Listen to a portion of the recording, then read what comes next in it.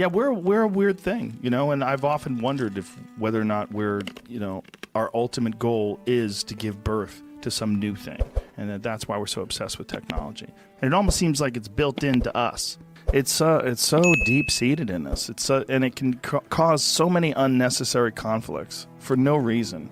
It's so escapable too. So if you can objectively analyze the way human beings behave and interact with each other and go, well, why do we do this? Let's just stop doing that. One of the things that I've been thinking about a lot over the last few years is that one of the things that drives a lot of people crazy is how many people are obsessed with materialism and getting the latest, greatest thing when they start thinking, like, why am I living like this? Like, what if I really do only have 50 years to live? Why am I living these 50 years in some really unproductive way that's not satisfying at all? Because I just want a bigger house? Like, what is it? Do I want a faster car? A lot of it is most certainly fueling technology and innovation. Oh, it makes sense. And the thinking of it as thinking of corporations and just thinking of just human beings communicating online through these social media networks as some sort of an organism it's a cyborg. It's a combination. It's a combination of electronics and biology. Yeah. It's certainly enhancing our lives in a certain way, but ultimately, is it making people happier right now? Most technology, I would say no. What's the end goal, too? Like, what are you trying to accomplish with your life, with your existence, with your time? In the future, it'll be moving so fast you can't see it without a strobe light.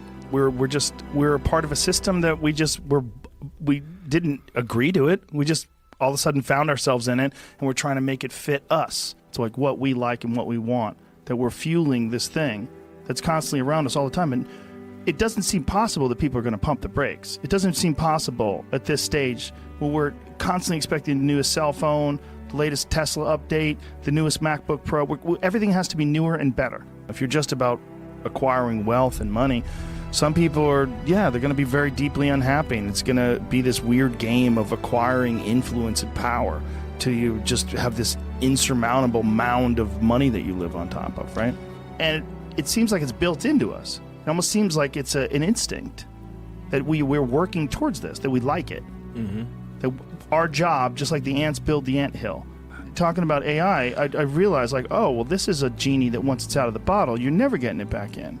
And no one's really paying attention too much, and it will be able to improve itself. Yes. That's where it gets spooky, right? The idea that it can do thousands of years of innovation very, very quickly. When people hear about something like AI, it's almost abstract. It's almost like it's so hard to wrap your head around it. By the time it already happens, it'll be too late. And then we'll be just ridiculous. Ridiculous. We will be like this ridiculous biological thing trying to stop the gods. And then we're going to wonder, like, why are we here? What are we doing? I mean, it's unquestionable that one day that'll be the case, as long as we keep going. I think the real concern is AI is going to rationally analyze our behavior and our reliance on emotions and all these human reward systems that we have built in, the way it's affecting our society and the way it's affecting how we govern ourselves and how we behave amongst ourselves. Well, we know better because we've advanced. But if we hadn't, we'd be like, man, I don't want to live in a house. I like the chimp ways, bro. Chimp ways to go. This is it, man. Chimp life. It's the only life. It's the only life I know. But we, in a way, to the AI, might be like those chimps. Maybe this is one of those things. Maybe we should realize that you can't hit the switch on something that's going to be able to think for itself and make up its own mind as to whether or not it wants to survive or not, and whether or not it thinks you're a threat.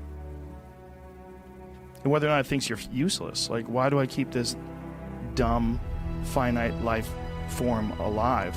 Why keep this thing around? It might go, why are they doing this? It might, like, look at our politics, look at what we do in terms of our food system, what kind of food we force down each other's throats.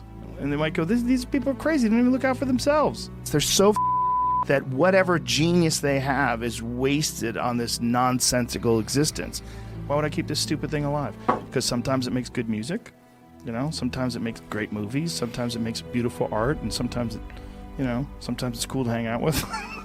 Like, we're crazy. We got torpedoes and submarines and airplanes that drop nuclear bombs indiscriminately on cities. We're for anything objective, standing outside, like, oh, this is definitely a flawed system. Well, I mean, how ingrained and how connected and interconnected is this technology going to be in our life? I know that it's probably something that the government's supposed to handle, but it seems like I don't want the government to handle this. And you're not supposed to do certain things that could be terribly damaging, even though they'd be profitable. Maybe companies could agree. Maybe there could be some sort of we have agreements where you're not supposed to dump toxic waste into the ocean. What's the next one? Like, where is it? Is it going to be augmented? Some sort of a weird augmented or virtual sort of Instagram type situation? My concern is not so much what Instagram is that I didn't think that people had the need for this or the expectation for some sort of technology that allows them to constantly get love and adulation from strangers and comments and this ability to project this sort of distorted version of who you really are. But I worry about where it goes. A lot of people didn't see Twitter coming, that communicate with 140 characters or 280 now would be a thing that people would be interested in.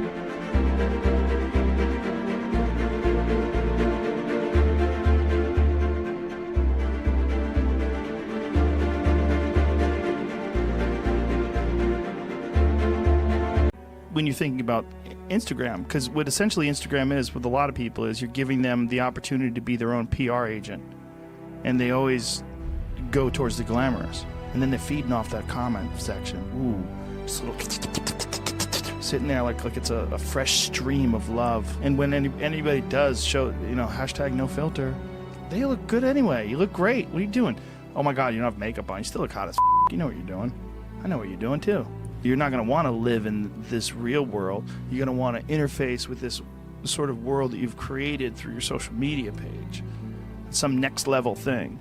It's possible that a simulation is one day going to be inevitable, that we're going to have something that's indistinguishable from regular reality or transcendence from whatever we are now into something that doesn't worry about death. It seems like people are like longing towards some weird log cabin type nostalgia. Sure, reality. Yeah, like holding on, like clinging. Just...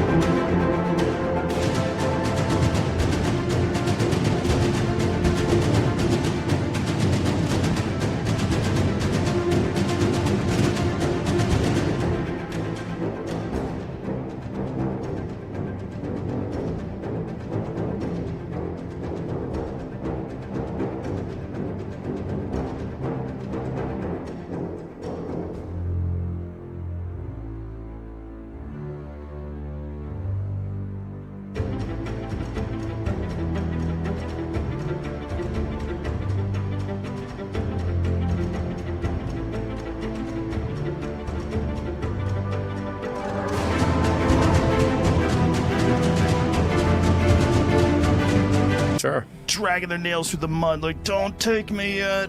Maybe that's why everybody's like into like mason jars and Mason jars. Suede shoes, because of our ability to express ourselves instantaneously to each other through Facebook or Twitter or what have you. We could be here now on our way to the road or on our way to the destination where this can never happen again, where we are completely ingrained in some sort of an artificial technology or some sort of...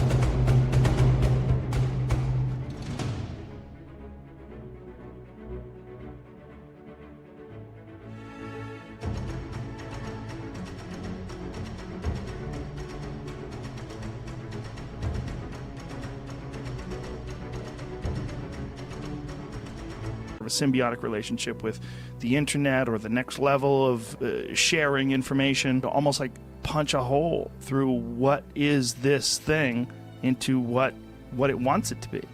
As long as nothing interrupts us, and if we start from scratch and, we're single-celled organisms all over again, and then millions and millions of years later we become the next thing that is us, with creativity and the ability to change its environment, it's going to keep monkeying with things until it figures out a way to change reality. And that's going to lead to some incredible point. Like, it's going to excel, it's going to become more connected to us, right? And create new things. And then those new things will intersect with other people's new things. And then it'll be this ultimate pathway of infinite ideas and expression, all through technology. But it seems like the general trend of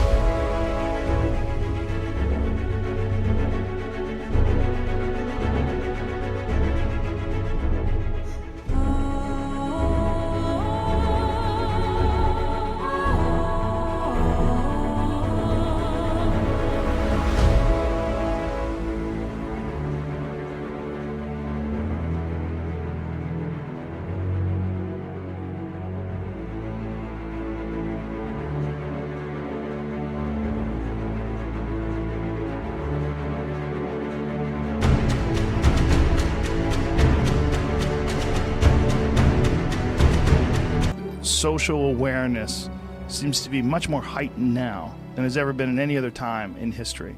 And that the trend is to abandon preconceived notions, abandon prejudice, abandon discrimination, and promote kindness and happiness as much as possible. I think there's a movement to that. I mean, in terms of like a social movement, I think some of it's misguided and some of it's exaggerated, and there's a lot of people that are fighting for their side out there. But those are also people that are short-sighted. Like, you want to make as many people your ally as you can. You want to make as many people your friend as you can.